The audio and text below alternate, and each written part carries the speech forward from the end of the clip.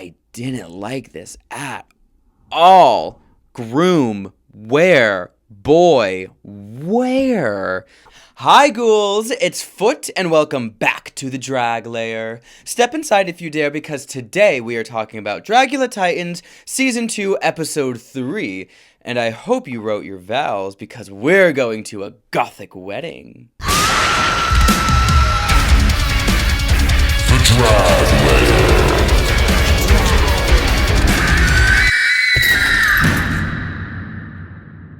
Hello, and welcome back, everyone, to my recap of Dragula Titan Season 2. We are pushing right along to Episode 3, and just to review what happened last week, it was the Monsters of Rock Cyber Pussy Edition, where the monsters broke up into 3 teams, Skin Tag, McFuck, and Plated Steel, and they basically had to rock out in a Battle of the Bands performance. Jaharia, JK, and Abora were in the top, with Jaharia snatching the win, and Loris, Jade, and Priscilla were in the bottom 3. Jade and Loris were the 2 that had to climb the ghostly gallows, and after a gaggy fake-out, Loris was the one that dropped through the trap door. In the cauldron, we saw Zava call out Dahlia for going to production and trying to get the monsters disqualified for drug and alcohol use, which was so wild. So now we are back in the lab. It is a new week. It is a fresh week, but the drama is the same.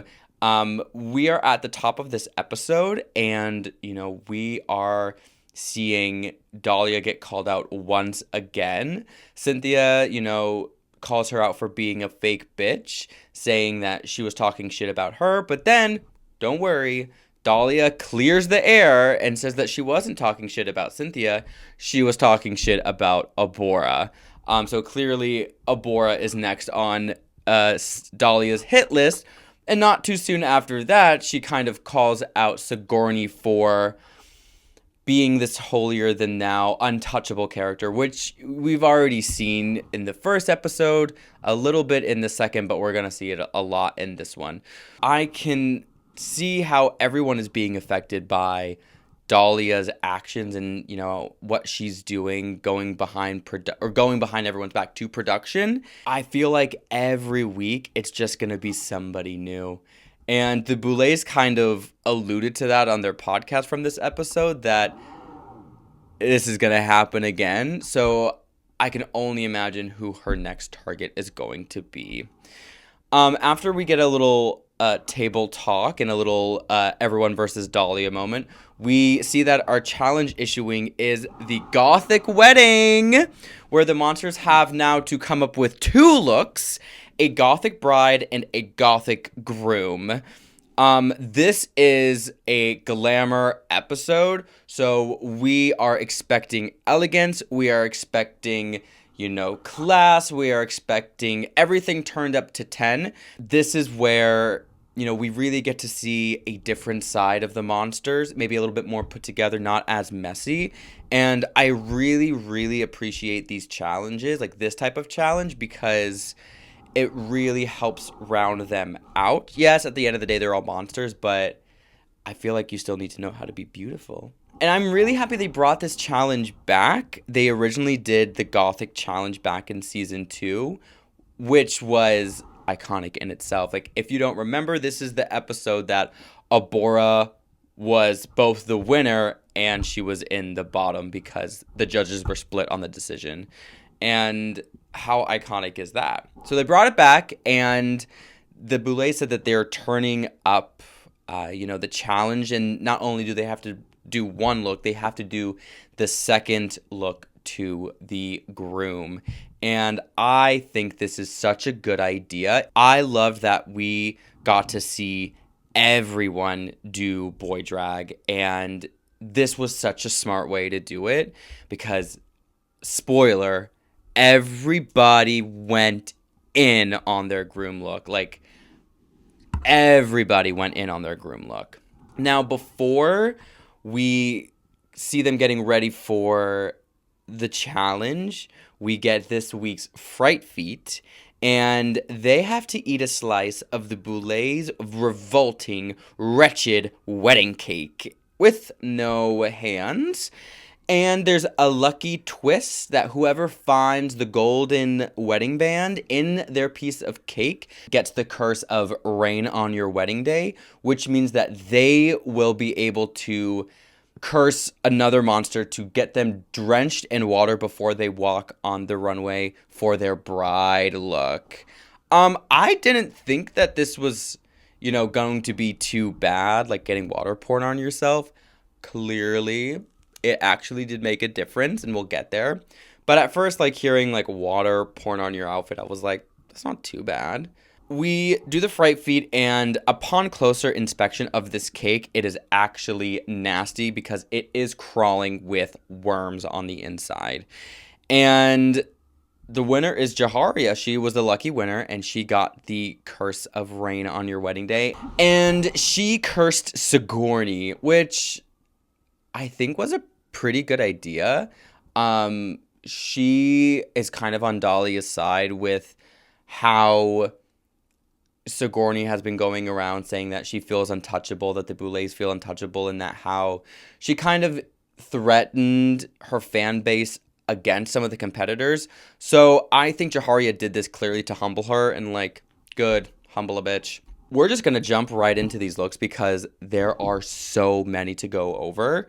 And I don't want to waste any time. So without further ado, let's get into these wedding looks. To start, the Boulets have this gorgeous, like tulle veil covered in blood, white, when they were like touching themselves like this, and like you could see like the lines of the scrapes. I thought, just wow, the train that's going like 5 feet behind them, the big tulle. I thought this was beautiful. I wasn't in love with the hair, to be honest. I feel like it should have been more like kind of like up.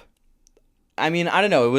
The hair was fine, but we got to talk about the doo-doo makeup that is on their face, the non-matching makeup. I don't know if they got ready like in separate places, but they did not communicate this week. And I think this is the first time where I'm noticeably like, that's different makeup. That's different makeup. But other than that, I really think this is a really, really cool look from them. So first up on our list is Cynthia Dahl, and I just have to say, like, it was crazy of them to put her first because she ate up every single person. Really, nobody was able to outdo her, in my opinion. She came out, and I gasped. Her hair, the bodice, the silk behind her. This was absolutely stunning. Probably the best she's ever looked on Dragula. My God, she looked beautiful as the bride. And then she came out in her groom look, and I sat up and said, oh, fucking work. Like, this is so cool. She looks like a rock star. She looks like a vampire. She looks like she's going to kill me. And I am so here for it. I could see these two absolutely being married, being the weird couple.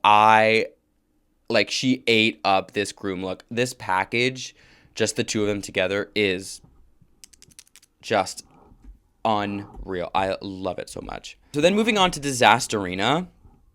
She came out, and my first thought was, oh no. Oh no. I mean, honestly, her gothic wedding look from season 2 actually is a lot better than this. So I don't know what happened. I mean, like, I guess I kind of like the idea of the spikes. Like, it could have been, if it just like went down her back. I don't know. It just doesn't give gothic. It gives dungeon, but that doesn't mean gothic. And I don't think it gives bride either. She just looks like a punk rock star. Like, I feel like this would have worked better in a Monsters of Rock challenge than a Gothic Wedding challenge. And then we move on to her groom. What are we doing?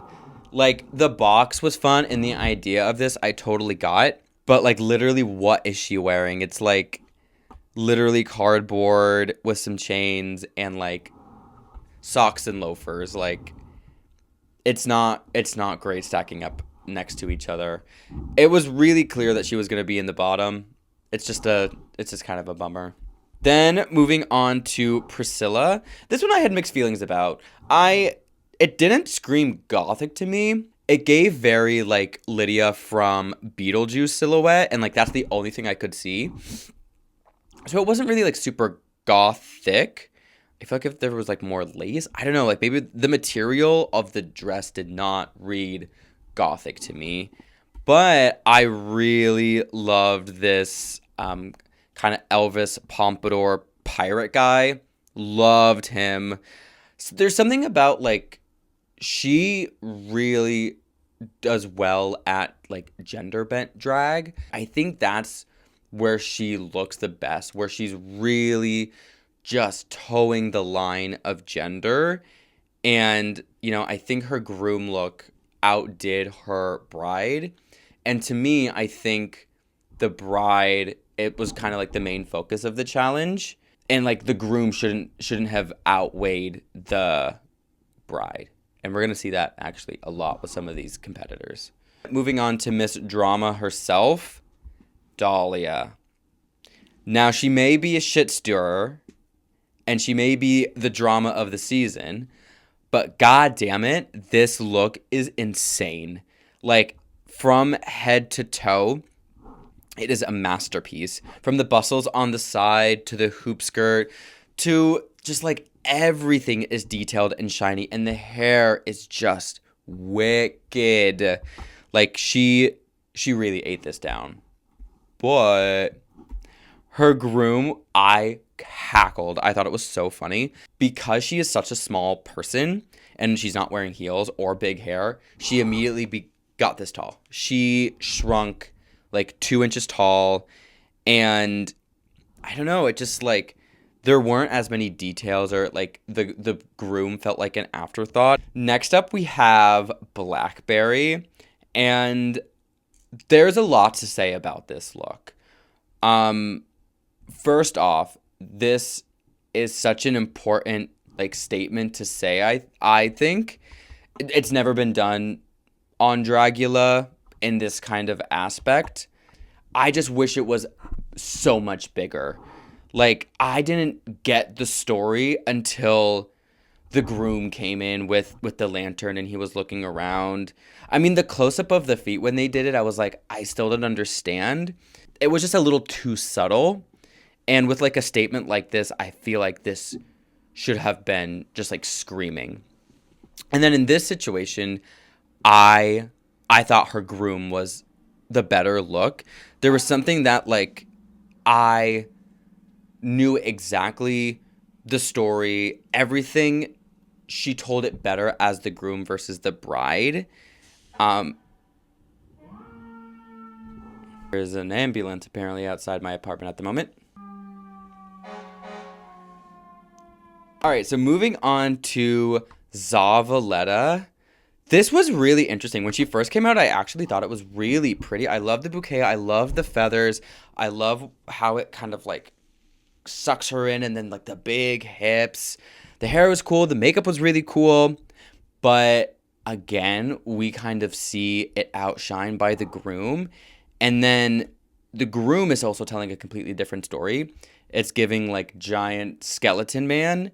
And I didn't really understand why or how it connected to the bride. Not saying that it wasn't a good look. It just like was so different that this one was one of the most like, how are these two together? But I did gag when she came out on these stilts. I thought that was fucking sick. And her mustache, I love that you couldn't see his face. Like, he was just this mystery man. Who is he? His scary little fingers. Like, he got all the attention when, like, again, it really should be about the bride. And he's just kind of, like, there to support the story. Then we get JK. When they were in, like, the silhouette in the back on the turntable and they did, like, this close-up, I shit you not, I thought they were redoing, like, their campfire marshmallow look where it was, like, sticking out of them. And then we got, like, a whole shot of the dress, which I think is beautiful. The makeup was really cool. I just, like, I don't know. I was not like as living as everybody else did for this look. I think it's a cool concept. I just did not like the thorns or like being trapped in the stems of the roses. It didn't look good to me. I do like the story and the dress is beautiful, but it was just like those stems just like I just did not like that. And then we get the groom look, which I thought was just okay too. I didn't think it was like as good as they were saying it was. And then like the collar kept getting in their face and like the cape kind of got tangled in them. And I didn't even clock or like see that this was like the right side of the bouquet. I really did not get that. I saw the bouquet upside down in the other one, but I did not get that this was the right side up bouquet at all. I don't know, it was just fine for me. Their makeup is really cool in both of them. Then we get to Abora. This was very interesting too. She looked identical to her season 2 Gothic Wedding Challenge. And yeah, it's not like innovative and it's not like horrible. So it's very just like, yeah, cool. She did the Gothic wedding exactly how you think Abora would. But the highlight for Abora is the groom. When I say when she stepped out as this groom, something turned on in me and I started questioning myself because I got a little turned on and I was like, wait a second, why do I like this? Like this, whoever this is, love it a lot. Love it, love it, love it, love it a lot. I want to see more of this person. There is just something about this that just like, I don't know, it just gets me going and just, I just don't, see, I'm getting flustered right now. Then we have Jade. This was so sad to see because like it is not bride at all. It's not wedding at all. It really gave like a burlesque kind of just really cute Vegas dress. And it didn't give Gothic at all either. Like, I don't know, like just red dress with blonde hair. Literally nothing to like take me there. No veil, nothing. It was not a very whelming performance. But her man, mama, that is Steven Tyler down. This was awesome. I thought she looked so freaking cool here. I loved the little gremlin on her back and holding the candelabra. Like she looked so cool. She looks exactly like Steven Tyler. It's just a bummer that her bride really was not there at all. Then moving on to Jaharia, this was stunning. Like the size of the dress and the lights behind her. I thought it was a cool choice to pick blue. It didn't necessarily give Gothic. It gave more Ghost. Like it gave Ghost Wedding than Gothic Wedding. But this is probably the best Jaharia has ever looked. She looks stunning. There is something about this platinum blonde hair that I just need her to be constantly doing because it just looks so good with her face. And you know, if this was only a ghostly wedding challenge, she probably would have won. Like it is that good. It is beautiful. The groom though, I did not love. It didn't give groom to me.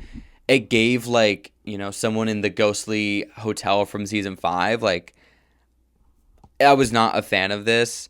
Like seeing them together did not give wedding either. It gave more like prom or dance or formal. Like it was not giving I just got married. And that's what I think like a lot of these looks are lacking is that like wedding. Like I kind of wish that Jaharia had a top hat on and like I don't know, just could have just been a little bit more in your face with it. Then we get to Sigourney and you can see that she has just been doused in water and she is not happy about it. Her dress looks like it is very heavy. It looks like it's velvet, and so the water weighed it down. And unfortunately, on the main stage, she did trip up a little bit. But aside from that, this dress is really gorgeous. This deep, deep purple and this deep gray hair she has. Yeah, stunning. And like the train was like feet behind her. It is a bummer that the water tripped her up. I think if it wasn't there, she probably would have placed a lot higher. And then moving on to her groom look, I didn't like this at all. Groom, where? Boy, where? Like, this is not boy hair. This is not boy face. Like, there are like, the other competitors did Drag King. And, like, Sigourney had a suit on, and it was, like, a female suit. And, like, she still had boobs and hips and a nipped waist. Like, there was no male illusion at all. Like, maybe if she, like, you know, had a mustache and like had the hair pulled down to like maybe like a low pony as like maybe like a Mozart type of thing, I could have like been on board. But there looked like there was no effort to do boy drag. And like, if I was judging, I probably would have put her in the bottom for that. Then we move on to the final contestant of the night, Eva Destruction. I'm going to look right in the camera and say this. Eva, how fucking dare you walk up in this house and look this fucking good. This fucking good. This Spider Bride, this hair. I don't know where you got this from. Who did this? The bouquet, the dress, the makeup. Oh my God. I am gagging for this look. It is so good. And then the groom is just incredible too. The makeup, the outfit, the story with the spiders. The only thing, though, I hated the dome because it literally looks like you could be Humpty Dumpty from Shrek the Musical. I wish you just, like, came out without it. Oh, because everything else was just perfection. My God. So those are all of the looks. The standouts to me are obviously Eva, Cynthia, and Jaharia, I would say, are my standouts. And my bottom three would be Disasterina, Jade, and Sigourney. I don't think Sigourney delivered a groom. I don't think Jade delivered a bride. And I don't think Disasterina delivered either of them. To me, Cynthia should have won this challenge. Hands down. I liked Eva's look, but there was something about when I saw Cynthia's groom that was just like, it is just still sitting in my mind. It is that cool to me. So the Boulet's choices put JK, Jaharia, Eva, and Cynthia in the top, which I agree with most of that. And Zava, Jade, and Disasterina in the bottom. And again, I agree with most of that. The winner of this week was JK, which I don't agree with. Not saying it was a bad look by far. It was very good. But I think they had a great concept. I don't think they executed it very well. I think there were other people that had both a better concept and better execution. And to me, also had just as good as a story as well. So then we see Zava, Jade, and Disasterina in the bottom. And the cauldron is hot this week. I was giggling at this cauldron. Like, they go in and immediately Zava just starts attacking. We see her and JK go back and forth. But really, the main drama of the cauldron, everybody versus Dahlia. These girls do not let her breathe. Everyone that she has came for in the past, Jade, Priscilla, Abora, Zava, Sigourney, all get her. And for right reason, too. You know, clearly they are upset. She's playing a very dirty game by, you know, trying to make other competitors look bad and look maybe worse than what they're actually coming across as. So this is, like, to me, an equivalent to Drag Race's, you know, everyone versus me, I'm first. Like, it was non-stop. Like, it was soundbite after soundbite, but had me giggling. This was probably one of the best cauldrons next to the season 4 turn me on, turn me on. Like, I will probably go back and just rewatch this cauldron like whenever I have free time. It was that good. I don't think I've ever seen Sigourney get that heated before. And then when they turned and looked at each other and she went, Sigourney? She goes, Dahlia. That had me dying. So then we return back to the main stage, and Zavaleta is safe, and Jade and Disasterina are the ones walking up the ghostly gallows. And let me just say, I was nervous. I was like, would they really send home Disasterina over Jade? Because I know how much they love Jade, and they champion Jade, and they try to put her up. But ultimately, it was Jade that fell through the door this time. And, the Boulets even said on their podcast, like, this was her time to go. And it sucks that it was, because they love her so, so, so much. But at the same time, Disasterina is still here, which I love. So we get an eliminated monster, but that is not the end of the episode. No, no, no, no. So in the previous episode, we saw that the Boulets resurrected Frankie and Loris for some reason, and we do get to see what that reason was, and it is a new twist called the Hellbound Showdown, where the eliminated queen from that episode is basically competing against a previous eliminated queen, trying to, one by one knockout situation to get back into the game. And so each week we're going to see a showdown happen from the previous winner from the last showdown versus the newest eliminated monster. And because Frankie and Loris were the first two out, they are the first ones up.